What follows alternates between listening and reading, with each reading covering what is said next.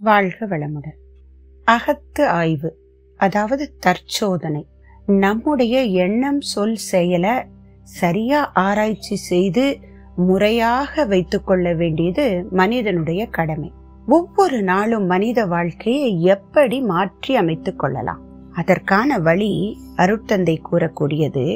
ஒவ்வொரு நாளும் காலை முதல் இரவு வரை நாம என்ன எல்லாம் செய்திருக்கோம், அதனுடைய பலன் என்ன, அதை மாற்றிக்கொள்ளணுமா தவிர்க்கணுமா என்பதை உறக்கம் வருவதற்கு முன்னாடி கணித்து மாற்றிக்கொள்ளுதல் வாழ்விற்கு நலம் என்கிறார் குருநாதர்.